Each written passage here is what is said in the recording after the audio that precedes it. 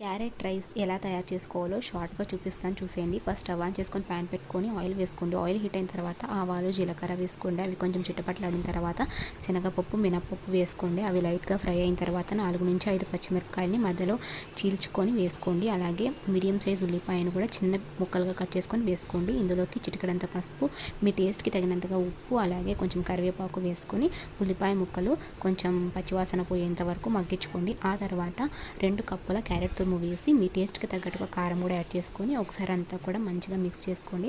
ఇలా మిక్స్ చేసుకున్న తర్వాత ఈ క్యారెట్ అనేది మెత్తబడేంత వరకు మూత పెట్టి ఒక 3 నిమిషాల పాటు మీడియం ఫ్లేమ్లో మగ్గించుకోండి. క్యారెట్ అనేది మెత్తగా మగ్గిపోయిన తర్వాత ఇందులోకి ఒక 1/2 టేబుల్ స్పూన్ వరకు ధనియాల పొడి వేసుకోండి. ధనియాల పొడి వేసుకోవడం వల్ల మంచి ఫ్లేవర్ యాడ్ అవుతుంది. ఇప్పుడు ఇందులోకి పొడి పొడిగా ఉన్నటువంటి రైస్ని కూడా వేసుకొని అంతా మిక్స్ చేసుకుంటే క్యారెట్ రైస్ రెడీ. అంతేనండి, చాలా సింపుల్. వీడియో నచ్చింది అనుకుంటున్నాను. నచ్చితే లైక్ చేయండి, అలాగే నా ఛానల్ని సబ్స్క్రైబ్